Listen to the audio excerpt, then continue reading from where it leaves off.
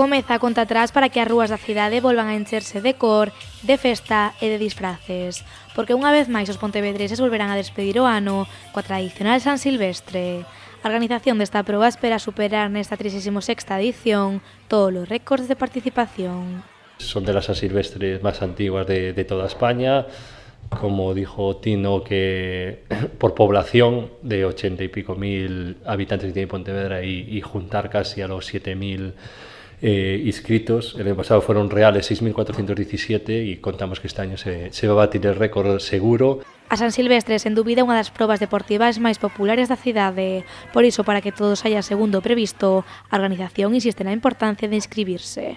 Es inscripción gratuita, hay un donativo que si quieren aportarlo para el club y que por lo menos que es un seguro, es inscripción gratis y lleva un seguro para ningún tipo de, que no haya ningún tipo de accidente y problemas externos, o sea que es preferible casi que se inscriban y si al final en caso de duda que no van a participar que tengan el dorsal inscrito y que no se pasen los dorsales de persona a persona. A gran novidade desta edición ten que ver co circuito. Este ano os corredores pasarán pola Rúa Oliva e a Praza de Mugartegui. A saída e a chegada será como nos últimos anos, dende a Avenida Montero Ríos. Por seguridad de todos, puede participar gente con perros, carros con los niños, gente en patines. Y sí que por lo menos los carros con los bebés y con los niños pequeños que intenten, al igual que los perros, que intenten ponerse en las posiciones más traseras porque no se da cuenta y hay gente que llega tarde, se pone por detrás, los niños están en la mitad del evento y cuando se da la salida es muy peligroso. E ainda que o máis importante desta proba é divertirse e pasalo ben, este ano tamén haberá premios para os gañadores.